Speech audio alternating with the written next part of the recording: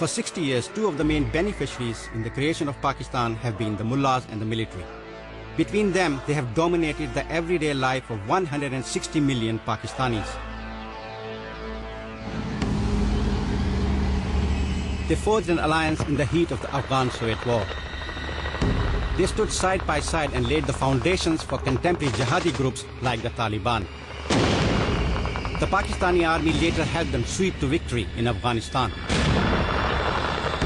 For 3 decades and more, the military establishment, the political establishment, everybody and his uncle has been promoting religious extremism, jihad, in order to defeat first the Soviets, then establish the Islamic Republic of Afghanistan. How could we remain unaffected? The turning point came with the events of September the 11th and President Musharraf's pledge to support the West and America in its war on terror. His decision has ignited an internal feud that threatens to destabilize the country.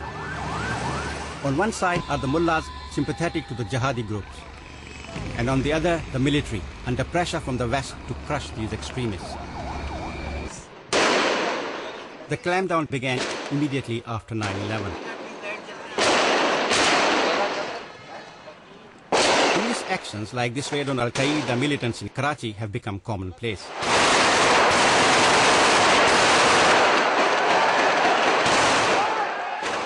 The upshot of these operations has been a spate of reprisal attacks by jihadi militants both in Pakistani cities and in areas of the northwest bordering Afghanistan.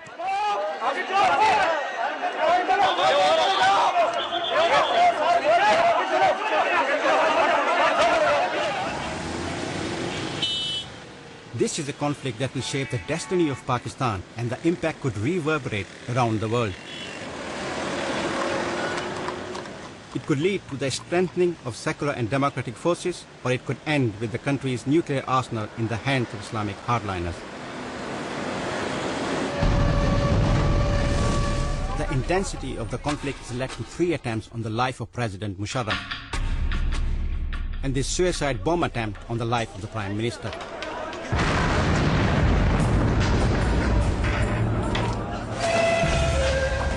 In the 4 weeks I was in Pakistan, there were 5 suicide attacks and dozens of people were arrested.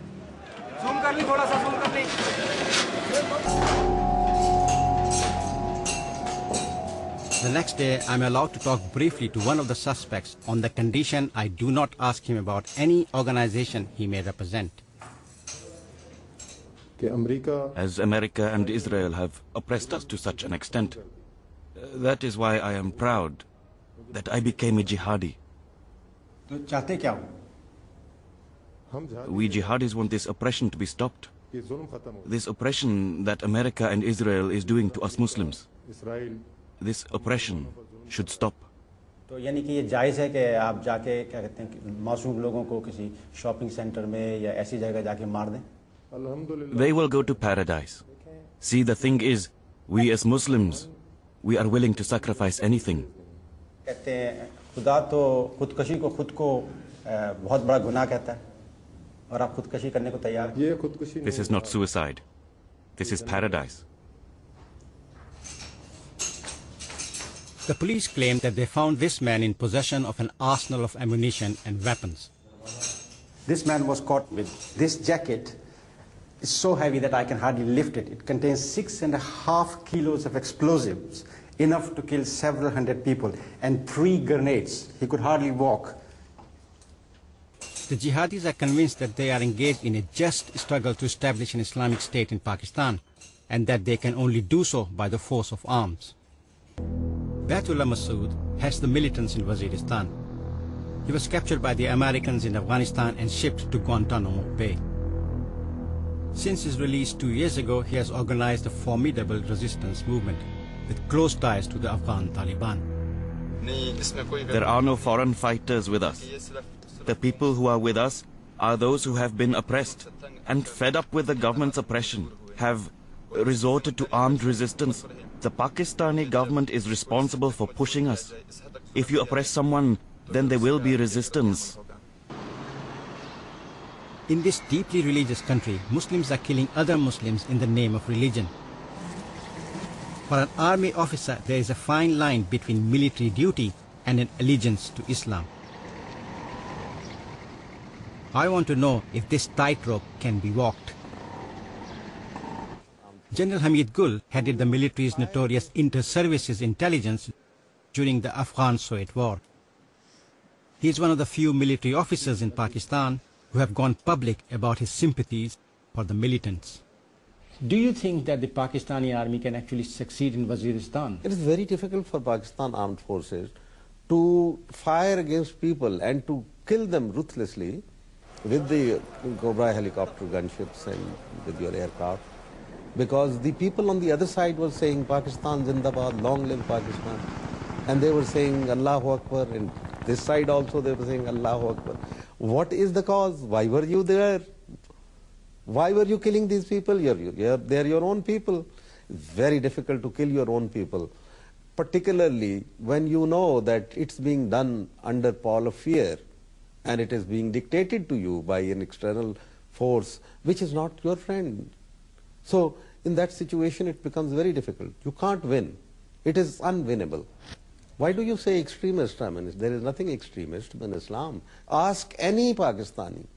I don't know about you, but if I were to ask you honestly, I would say put your hand on your heart and say, should the Americans win in Afghanistan? Or should they lose? What would be your answer?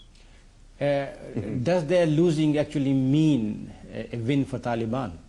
Not necessarily. Win for Afghan nation. Win for the spirit of freedom. Win for Islam. Because they say it's an ideological conflict. So win for Islam.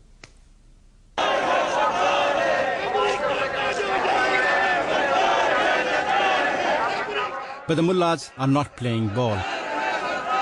General Pervez Musharraf is a dictator, a military dictator. He is not an elected person. He has come by force through military action. He has established a one-person rule in this country, and this is dictatorship. Therefore, we are opposed to dictatorship.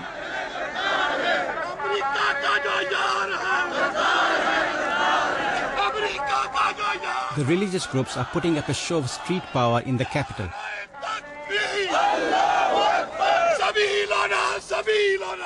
They want to keep the pressure on the military not to compromise with Pakistan's historical enemy, the Indians, over disputed Kashmiri territory.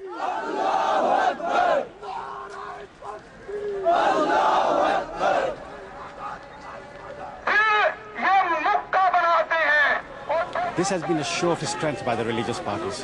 Kashmir has always been an emotional issue for Pakistan, and religious parties have exploited these sentiments.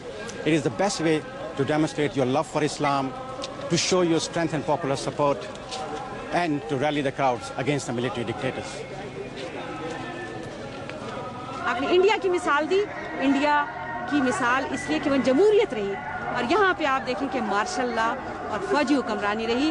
वो बड़े-बड़े crisis से गुजरे, लेकिन उन्होंने कभी फौज को आवाज़ नहीं दी। फौज ने आके, फौज नहीं आई इस तरह, लेकिन हमारे फौजियों को अल्लाह जाने इनको क्या मुसीबत पड़ गई है कि ये बजाय ये कि ये जाएं इंडिया से लड़ें, किसी और से लड़ें, पाकिस्तान की सरहदों की हिफाजत करें, बाकी पाकिस्तानियों के ऊपर हुकूमत कर रहे हैं।